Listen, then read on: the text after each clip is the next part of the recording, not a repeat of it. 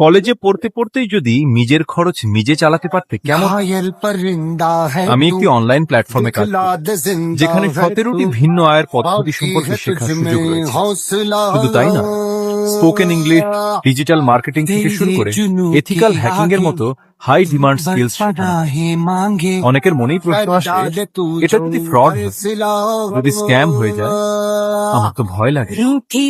সত্যি বলতে প্রথমে আমারও একই ভয় ছিল, কিন্তু আজ যদি আমি সেই সুযোগটা না নিতাম, তাহলে হয়তো সেটাই আমার জীবনের সবচেয়ে বড় আফসোস হয়ে থাকত।